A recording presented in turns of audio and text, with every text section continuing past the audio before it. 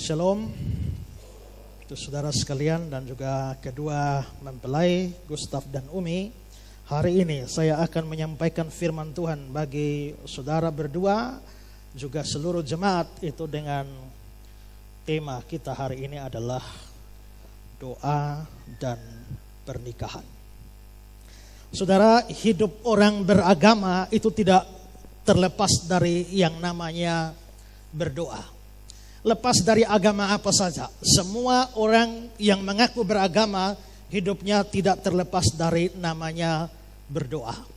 Kalau saudara pergi mencari sampai orang-orang kafir, orang-orang animis sekalipun, mereka juga berdoa. Sekalipun berdoanya pada alamat yang salah, berdoanya pada tempat-tempat atau tujuan yang salah, pada batu-batu, kayu-kayu, gunung-gunung dan sebagainya, atau dewa manapun namanya, juga mereka beragama, mereka berdoa. Mungkin yang tidak berdoa cuma orang ateis, orang yang tidak percaya ada Allah.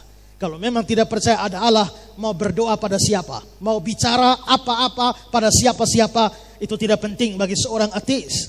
Tapi seorang yang beragama itu hidupnya tidak terlepas dari yang namanya berdoa. Apalagi orang Kristen, maka ada pepatah bahwa doa adalah nafas hidup orang percaya. Nah, di dalam doa kita meminta sesuatu kepada Tuhan. Kita memohonkan sesuatu kepada Tuhan. Kita mengajukan satu hal kepada Tuhan dengan harapan bahwa Tuhan akan menjawab doa kita. Tuhan akan mengabulkan doa kita, Tuhan menerima doa kita itu. Tapi saudara, pengalaman membuktikan bahwa tidak semua doa kita dijawab oleh Tuhan. Kadang-kadang Tuhan menjawab doa kita, kadang-kadang Tuhan tidak menjawab doa kita. Ada orang berdoa bertahun-tahun pun Tuhan tidak jawab doa dia. Saudara-saudara, lalu kita mungkin berpikir, mengapa ada doa yang Tuhan tidak jawab? Mengapa kita berdoa, bahkan bisa berdoa bersungguh-sungguh, tapi Tuhan tidak menjawab doa itu? Kalau mau diselidiki secara menyeluruh di dalam kitab suci, maka kita akan menemukan begitu banyak alasan mengapa satu doa tidak dijawab oleh Tuhan.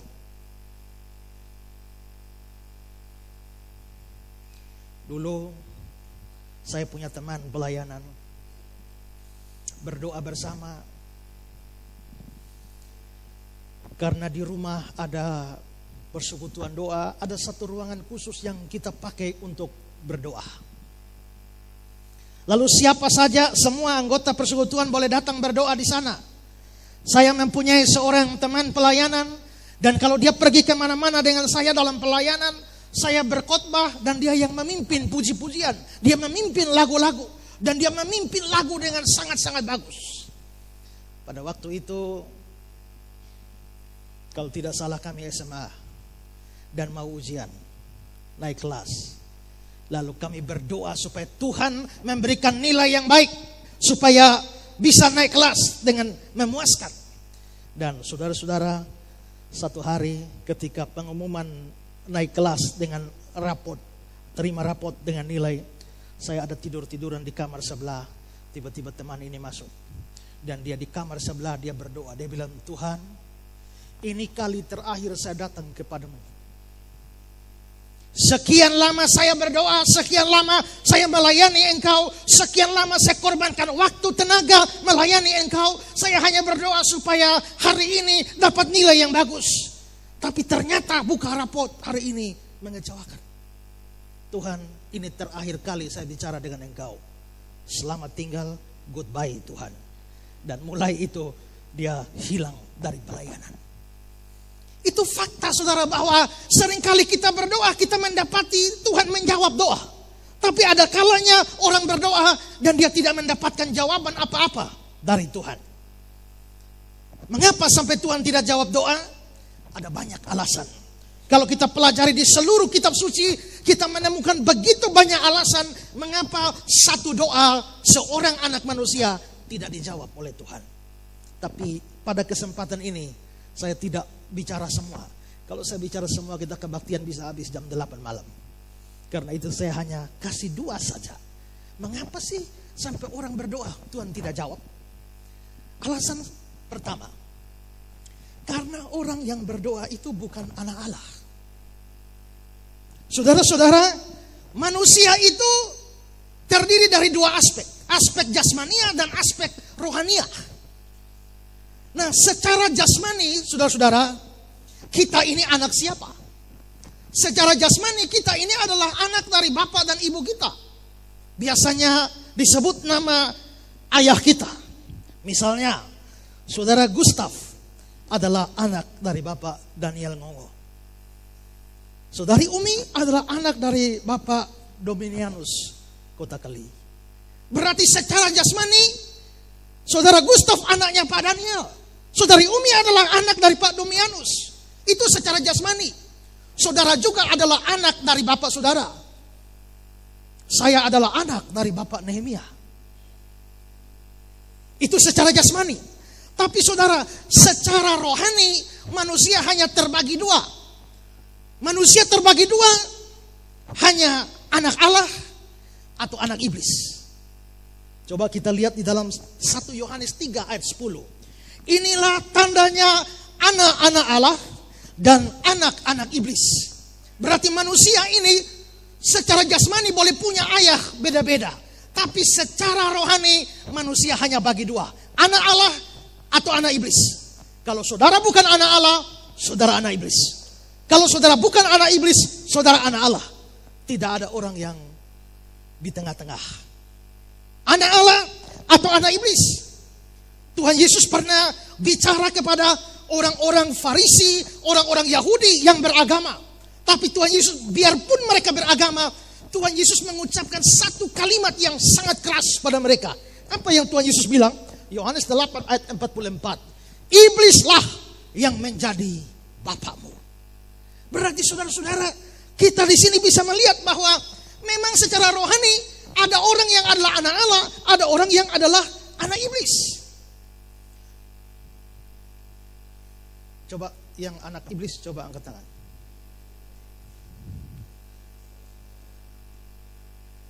Tuhan Yesus pernah pilih 12 rasul.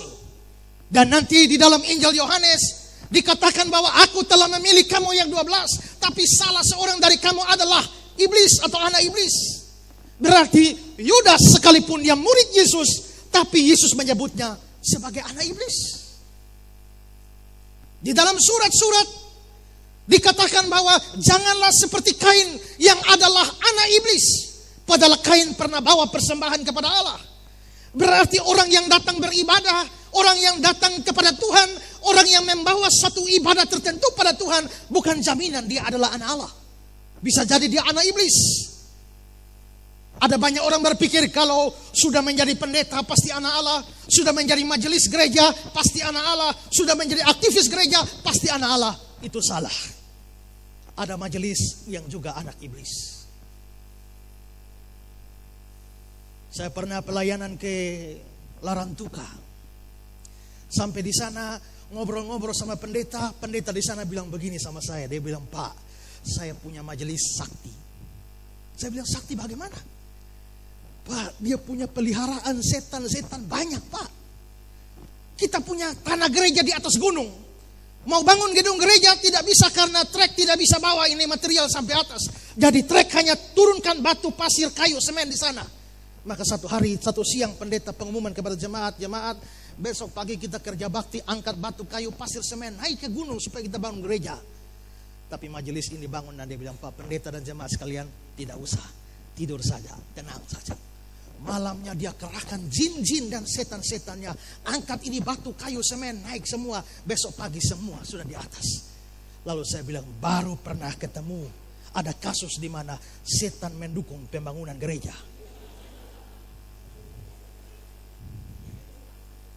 Lalu satu hari gereja mau bikin acara mesti tutup jalan, tapi kepolisian tidak izinkan. Lalu dia datang bilang begini, Pak pendeta tidak usah khawatir, pasang saja tenda, bikin kebaktian. Lalu mereka pasang tenda, kurang 1 jam. Ini majelis bawa kapur, jalan 1 kilo ke sana, dia garis ini kapur, tutup ini jalan. Dia 1 kilo di sana tutup, lalu dia bilang kebaktian jalan. Begitu kebaktian jalan, saudara, itu kapur. Tidak ada satu mobil dan motor bisa lewat itu garis. Begitu lewat, mesin mati. Begitu kebaktian selesai, Bapak Tua Pi hapus itu kapur, mesin semua hidup. Persoalannya, saudara, dia menggunakan kuasa jahat, kuasa setan, tapi dia majelis, dukung pelayanan. Ini anak Tuhan atau anak setan? Ini anak Allah atau anak iblis? Ini anak iblis sekalipun majelis. Manusia terbagi dua saja, anak Allah dan anak iblis. Nah, saudara, lalu siapa yang termasuk anak Allah? Siapa yang termasuk anak iblis? Saudara, kita lihat Galatia 3 ayat 26. Galatia 3 ayat 26 berkata, sebab kamu semua adalah anak-anak Allah karena iman di dalam Yesus Kristus. Kamu anak-anak Allah karena iman dalam Kristus Yesus. Berarti orang yang sungguh-sungguh beriman kepada Kristus, dia anak Allah. Kita membandingkan dengan Yohanes 1 ayat 12 mengatakan, tetapi semua orang yang menerimanya, konteksnya Yesus. Semua orang yang menerima Yesus diberinya kuasa menjadi anak Allah, yaitu mereka yang percaya dalam namanya. Berarti saudara-saudara yang percaya kepada Yesus, yang menerima Yesus Kristus sebagai Tuhannya, sebagai juru selamatnya, dia disebut anak Allah. Tapi yang tidak percaya kepada Yesus,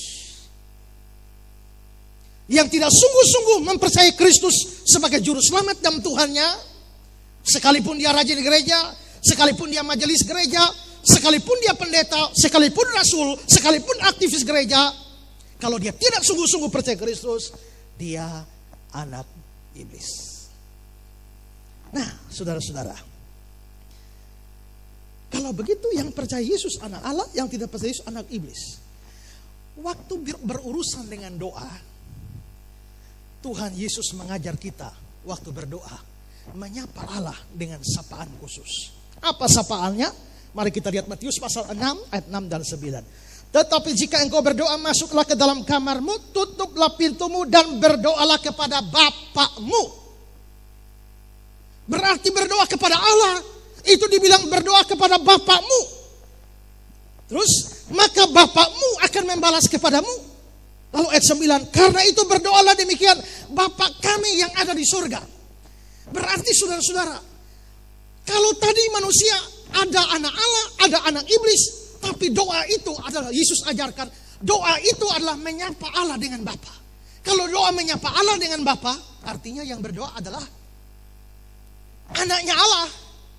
Maka di sini kita bisa mendapati satu hal, bahwa Allah mendengar doa anak-anaknya. Berarti saudara, mengapa Tuhan tidak jawab doa seseorang? Ada banyak alasan bisa. Tapi salah satu alasan yang memungkinkan adalah bisa jadi yang berdoa itu bukan anak Allah. Karena yang berdoa bukan anak Allah, terus anak siapa yang berdoa? Anak iblis. Karena yang berdoa adalah anak iblis, bukan anak Allah, maka Allah tidak gubris doa itu. Allah tidak dengar doa itu. Allah tidak hiraukan doa itu. Karena bukan anaknya yang meminta, tapi anak pihak lain. Dengar baik-baik, Allah hanya mendengar doa, menjawab doa, mengabulkan doa dari anak-anaknya. Kalau dia kenal saudara sebagai anak, dia menjawab saudara. Tapi kalau dia tidak mengenal saudara sebagai anak, jangan harap dia menjawab saudara. Ada dua anak kecil main-main di dermaga di Tenau. Dua-dua bermain-bermain di situ, tiba ada banyak kapal lewat. Lalu ada satu anak kecil bilang begini, lu percaya kau Sonny, kalau dia panggil itu kapal datang. Lalu dia bongkar, lu nenek moyang pun kapal. Dia bilang, lu mau lihat? Lalu anak kecil yang satu buka baju, dia naik di atas tempat tinggi, lalu dia panggil ini kapal, panggil ini kapal. Tahu-tahu ada satu kapal besar di situ, belok ke dermaga. Begitu dia turun ke dermaga, sampai nyandar di dermaga, seorang kapten kapal dengan pakaian lengkap turun dari atas kapal. Lalu menghadap ini anak kecil dan hormat. Kawan yang tadi bilang lupa nenek moyang kapal, dia bingung. Setelah itu dia bilang begini, weh, karena mana kalau bisa panggil itu kapal bisa datang. Lalu yang satu bilang jawab, lu mau tahu? Karena itu kapten kapal itu beta pembapa. Mengapa dipanggil bisa datang? Karena dia dikenal, yang memanggil ini dikenal sebagai anak. Kalau saudara tidak kenal apa-apa sama kapten, coba pergi ke Tano dan coba panggil itu kapal. Katiak bengkok pun tidak akan ada yang datang. Mengapa saudara tidak dikenal sebagai anak? Nah, saudara-saudara, jadi di sini kita bisa lihat bahwa hanya yang dikenal sebagai anak yang dijawab doanya. Lalu bagaimana dengan doa anak-anak iblis? Tentu saja Tuhan tidak menjawabnya. Bahkan sebenarnya doa anak-anak iblis sebenarnya tidak pernah sampai kepada Allah. Tadi saya bilang, anak Allah yang percaya kepada Yesus. Dan tanpa Yesus, tidak satu orang pun bisa sampai kepada Allah. Baik dirinya maupun doanya. Kalau kita melihat ayat terkenal di dalam Yohanes pasal 14 ayat 6. Kata Yesus kepadanya, akulah jalan dan kebenaran dan hidup. Tidak seorang pun yang datang kepada Bapa kalau tidak melalui aku. Jadi kalau tidak melalui Yesus, tidak ada seorang pun dapat datang. Orangnya tidak bisa sampai, doanya juga tidak bisa sampai. Kalau orang tidak percaya kepada Yesus, berarti dosanya belum beres. Kalau dosanya belum beres, masih ada dosa yang belum beres, maka Tuhan tidak mungkin menjawab doa. Kalau kita lihat Yesaya 59 ayat 1 dan 2. Sesungguhnya tangan Tuhan tidak kurang panjang untuk menyelamatkan, dan pendengarannya tidak kurang tajam untuk mendengar. Tetapi yang merupakan pemisah antara kamu dan Allahmu ialah segala kejahatanmu, dan yang membuat dia menyembunyikan diri terhadap kamu sehingga dia tidak mendengar ialah segala dosamu. Jadi saudara-saudara, kalau sekian lama saudara berdoa tapi tidak dijawab-jawab juga, coba koreksi diri. Memang ada banyak kemungkinan, tapi salah satu kemungkinannya adalah bahwa jangan sampai saudara belum sungguh-sungguh percaya Yesus. Dan dengan demikian saudara belum anak Allah atau masih anak iblis. Jadi mengapa Allah tidak menjawab doa seseorang? Mungkin karena dia bukan anak Allah. Ini pertama. Sekarang kedua, mengapa sampai Allah tidak menjawab doa seseorang? Karena ada dosa yang belum diakui atau ditinggalkan. Saudara mungkin sudah percaya Yesus sungguh-sungguh sudah, tapi doa saudara tetap tidak didengar, tidak digubris oleh Tuhan. Ini bisa disebabkan karena ada dosa yang belum beres, ada dosa yang belum diakui, ada dosa yang belum ditinggalkan, bahkan dipegang dengan sikap tegar tengkuk. Dan kitab suci memang menekankan bahwa dosa menghalangi doa. Kalau kita lihat di dalam Yesaya 1 ayat 15. Apabila kamu menadahkan tanganmu untuk berdoa. Kamu menadahkan tangan untuk berdoa.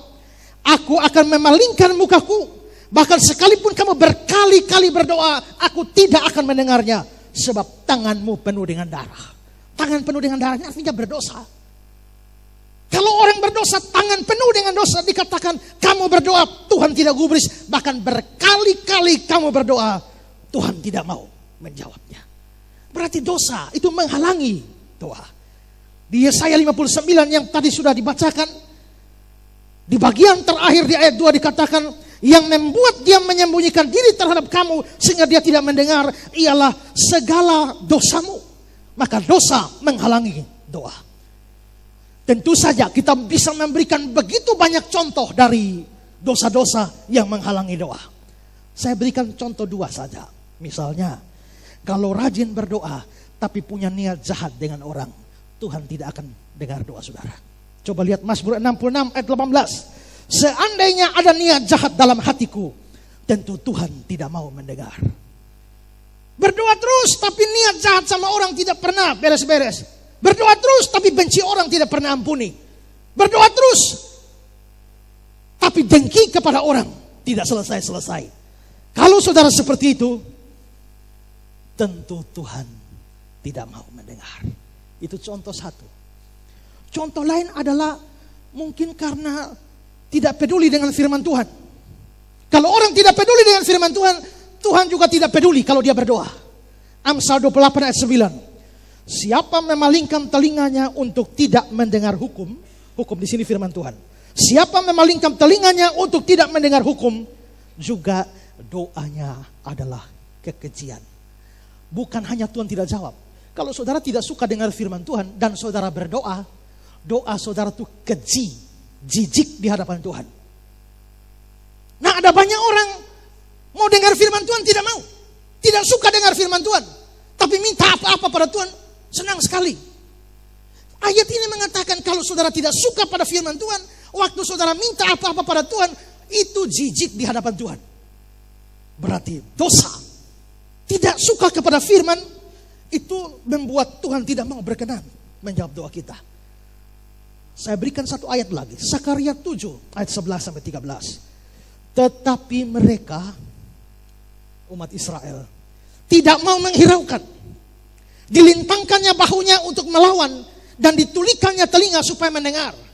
Tuhan omong, mereka balik belakang. Tuhan omong, mereka tulikan telinga, bikin telinga tuli. Mereka membuat hati mereka keras seperti batu amril, supaya jangan mendengar pengajaran dan firman yang disampaikan Tuhan semesta alam melalui rohnya dengan perantaraan para nabi dahulu. Oleh sebab itu datang murka yang hebat daripada Tuhan. Lalu perhatikan ayat 13. Seperti mereka tidak mendengar pada waktu dipanggil, demikian aku tidak mendengar pada waktu mereka memanggil, firman Tuhan semesta alam. Jadi kalau sekian lama Tuhan panggil saudara, saudara tidak mau dengar, jangan harap saudara panggil Tuhan dengar. Enak saja. Kalau Tuhan panggil tidak mau dengar, giliran panggil Tuhan tidak dengar, marah. Padahal menyanyi tiap hari, dengar dia panggil nama saya. Dengar dia panggil nama saya, tapi tidak pernah ikut, tidak pernah taat, tidak pernah dengar. Kalau saudara seperti itu, Tuhan tidak mau jawab, tidak mau dengar doa saudara. Jadi dosa menghalangi doa. Contohnya niat jahat sama orang atau tidak suka firman Tuhan. Tapi saya mau kasih satu contoh lagi. Satu contoh ini menarik. Mengapa? Ada satu alasan atau satu dosa yang membuat Tuhan tidak mau jawab doa. Apa? Mari kita lihat 1 Petrus pasal 3 ayat 5 dan ayat 7. Perempuan-perempuan yang menaruh pengharapannya kepada Allah, mereka tunduk kepada suaminya. Perempuan-perempuan yang menaruh harap pada Allah, ini perempuan beriman, dia tunduk kepada suaminya. Dia tidak melawan suami. Lalu ayat 7. Demikian juga kamu, hai suami-suami, hiduplah bijaksana dengan istrimu sebagai kaum yang lebih lemah. Hormatilah mereka, hormatilah istri. Ada kalimat selanjutnya, supaya doamu jangan terhalang. Nah, saudara-saudara, di sini Petrus lagi memberikan nasihat kepada perempuan-perempuan atau istri-istri. Tunduk kepada suami. Ada banyak istri tidak suka tunduk kepada suami, mau jadi kepala suami. Saya pernah baca satu kalimat bilang, mengapa perempuan dicipta dari tulang rusuk pria? Perempuan tidak dicipta dari tulang kaki pria. Kalau tidak nanti dia diinjak-injak oleh laki-laki. Dia tidak dicipta dari tulang kepala laki-laki. Nanti dia berkuasa atas laki-laki. Tapi dia dicipta dari tulang rusuk, dekat dengan jantung dan hati, supaya dikasihi, dilindungi, dan disayangi. Enak. Tapi itu berarti bahwa kalau ada istri mau berkuasa atas suami, periksa baik-baik, jangan sampai dia dicipta dari tulang kepala. Karena itu di sini Petrus bilang, istri tunduklah kepada suamimu. Tapi juga Petrus memberi nasihat kepada suami-suami, hidup bijaksana dengan istrimu, hormatilah mereka. Ada banyak suami tidak hormati istri. Satu hari saya bertemu dengan sepasang suami istri. Istri ini berbeda pendapat dengan suami. Istri kira dia benar, suami pikir dia benar. Lalu mereka tanya pada saya, begitu tanya pada saya bilang yang benar itu suami. Karena apa? Karena Roma pasal sekian bilang begini, gini. Nah, ini suami ada di sebelah istri. Begitu saya bilang yang benar suami ini merasa dia benar. Iya, betul saya bilang ini kode satu ini memang. Saya kaget. Ya. Nah, berarti saudara-saudara, di sini Petrus menasihati, istri mesti tunduk kepada suami, tapi suami mesti menghormati istri. Supaya apa? Supaya doamu jangan terhalang. Supaya doa siapa? Supaya doa siapa tidak terhalang? Doamu. Mu ini siapa? Mu di sini adalah doa suami atau doa istri dan suami. Nah, memang di sini di bahasa Indonesia tidak nampak, tapi di sini dibilang supaya doamu, di dalam Alkitab bahasa Yunani katamu di situ bentuknya jamak. Jadi bentuknya jamak ini berarti bukan hanya doa suami, tapi doa istri yang disuruh tunduk dan doa suami yang disuruh hormati itu. Istri mesti tunduk kepada suami, suami mesti hormati istri supaya doa kalian berdua itu jangan terhalang. Kalau kita balik ini artinya begini, kalau istri tidak tunduk kepada suami dan suami tidak hormat kepada istri, akibatnya doa terhalang. Akibatnya adalah doa terhalang. Saya kasih satu komentar atau kata-kata dari buku tafsiran Pulpit Commentary. Dia bilang begini, jika suami dan istri hidup bersama tanpa saling menghormati dan mengasihi, maka tidak bisa ada simpati dalam doa bersama. Janji yang dibuat oleh Kristus dalam Matius 18 ayat 19. Matius 18 ayat 19 itu yang nas pembimbing kita tadi. Jikalau dua orang sepakat minta apa saja Tuhan kasih. Nah, ini tidak bisa terrealisasi. Juga masing-masing tidak bisa menaikkan doa yang bisa diterima jika mereka hidup bertengkar, kecemburuan, dan percekcokan bertentangan dengan semangat dari doa. Hal-hal itu menghalangi aliran yang bebas dari doa dan merusak kesungguhannya dan pembaktiannya. Kalau terjadi istri tidak tunduk, suami tidak hormat, maka ini dikatakan menghalangi aliran doa kepada Tuhan. Jadi dosa pertikaian dalam kehidupan rumah tangga dapat menjadi salah satu alasan Tuhan tidak mengabulkan doa-doa kita. Nah, saudara mungkin bingung, ini hari orang nikah Pak Isra, khotbah apa ini? Ya, tenang saudara, saya tidak pikun.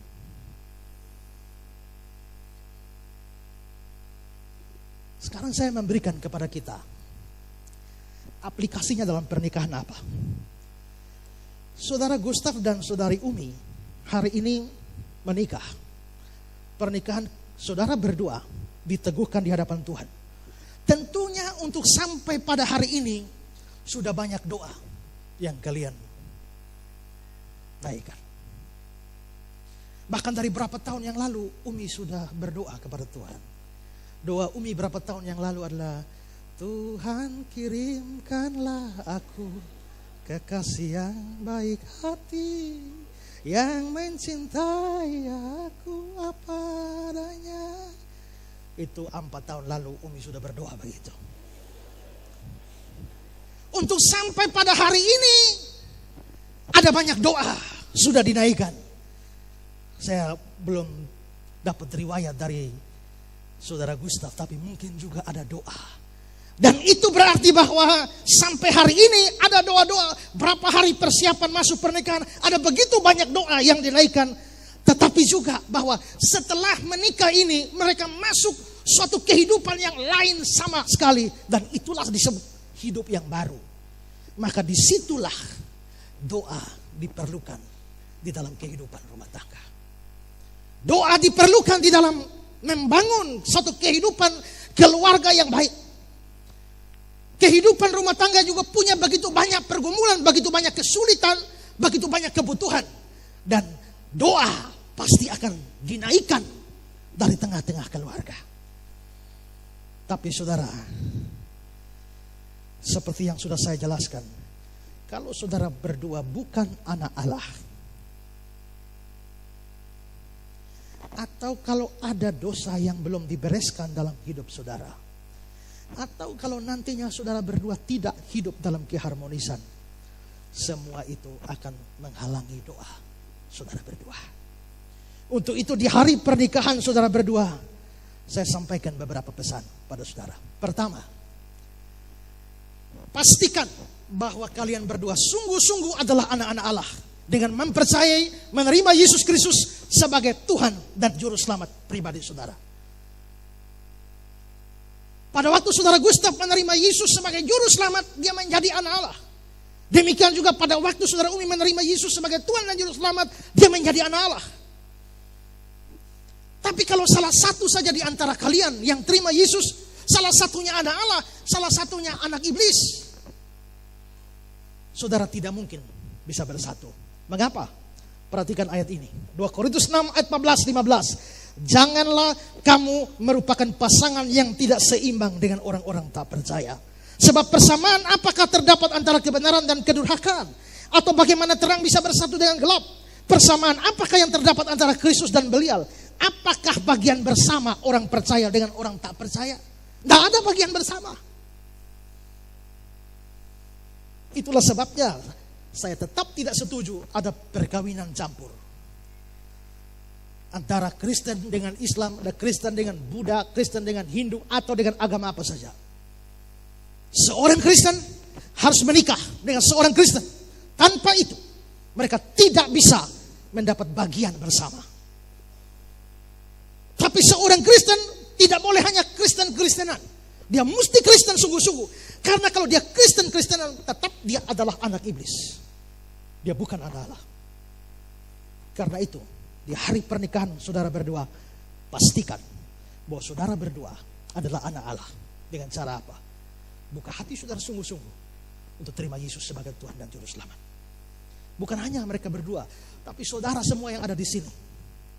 Kalau setelah mendengar firman Tuhan saudara bilang, kayaknya saya ini anak iblis ya. Buka hati saudara supaya saudara menjadi anak Allah. Itu pertama. Kedua, berusahalah atau berjuanglah membangun keharmonisan hubungan suami istri agar doa kalian tidak terhalang. Bangun keharmonisan. John Calvin mengatakan kalimat ini. Karena itu kita bisa mendapatkan suatu ajaran yang bersifat umum, bahwa tidak seorang pun boleh datang kepada Allah kecuali dia bersatu dengan saudara-saudaranya. Maka karena alasan ini seharusnya kita mengekang semua pertengkaran dan percekcokan rumah tangga supaya setiap orang dalam keluarga bisa berdoa kepada Allah. Ini bukan berarti saudara berdua tidak bisa bertengkar. Itu mustahil. Pertengkaran dalam keluarga pasti terjadi. Tapi ingat, setiap kali pertengkaran terjadi, ingat nasihat Paulus, Efesus 6 ayat 26, Efesus 4 26-27. Apabila kamu menjadi marah, janganlah kamu berbuat dosa. Janganlah matahari terbenam sebelum padam amarahmu. Janganlah beri kesempatan pada iblis. Jadi berkelahi, cekcok itu memang sesuatu yang wajar. Tapi jangan sampai matahari terbenam. Orang bilang, Pak, kalau bertengkarnya pas sore matahari sudah terbenam, bisa tunggu sampai hari berikut? Tidak, ini tidak bermaksud urufiah. Maksudnya adalah sebuah kemarahan, sebuah percekcokan, sebuah pertikaian tidak boleh dipelihara sepanjang-panjangnya. Tapi secepat mungkin dibereskan. Mengapa? Jikalau tidak beres, doa saudara terhalang. Maka saudara Gustaf dan saudari Umi, berusahalah membangun kehidupan rumah tangga yang harmonis. Pertikaian bisa ada, segera selesaikan supaya doa kalian tidak terhalang. Waktu konseling pernikahan mereka berdua, saya bersyukur bahwa mereka berdua sudah berjanji bahwa untuk pertengkaran-pertengkaran yang tidak fundament, hanya alasan-alasan remeh, maka tidak boleh lewat. Satu malam lewat, tidak boleh lewat dari itu, harus diselesaikan. Itu bagus. Ada suami istri bertengkar berhari-hari dan tidak mau bicara. Komunikasi ini zaman dulu tidak ada HP apapun, maka mereka hanya pakai surat saja. Mau jalan, saya berangkat, papa berangkat ke kantor.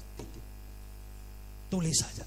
Satu hari, saudara-saudara, satu malam, ini karena besok pagi suami mau rapat, mesti bangun pagi-pagi. Tapi suami punya kebiasaan bangun telat. Supaya dia takut telat, maka dia tulis pesan kepada istrinya, besok rapat, tolong bangunkan jam 6. Tulis surat saja. Ternyata suami bangun jam 9. Istri tidak bangunkan. Suami marah. Bukankah saya sudah minta kamu bangunkan saya jam 6? Kenapa tidak bangunkan? Istri bilang, saya sudah bangunkan. Bangunkan di mana? Nih nota. Ternyata suami angkat ini nota, ada bilang begini, sudah jam 6, ayo bangun. Nota saja. Nah, saudara-saudara, berjuanglah untuk mempertahankan keharmonisan supaya doa kita terjawab. Yang ketiga, kalau ada dosa-dosa lain dalam hidup pribadi kalian ataupun kehidupan rumah tangga, maka bereskanlah dengan Tuhan melalui pertobatan dan permohonan ampun kepada Dia. Nah, kalau saudara anak Allah hidup dalam keharmonisan, semua doa beres, dosa dibereskan di hadapan Tuhan, apakah yang menghalangi Tuhan menjawab doa saudara? Rumah tangga saudara berdua akan penuh dengan doa-doa, permohonan-permohonan kepada Tuhan. Tapi itu tidak akan terjadi kalau 3 hal yang sudah saya pesankan ini tidak saudara pegang. Karena itu peganglah sungguh-sungguh, percayalah sungguh-sungguh kepada Kristus, usahakan hidup harmonis, dan selesaikan semua dosa-dosa di hadapan Tuhan. Kalau itu dilakukan, niscaya Tuhan akan menjawab semua doa saudara berdua di dalam hidup rumah tangga. Kiranya nasihat firman Tuhan ini jadi berkat bagi saudara berdua, tetapi juga jadi berkat bagi kita sekalian. Tuhan memberkati. Amin.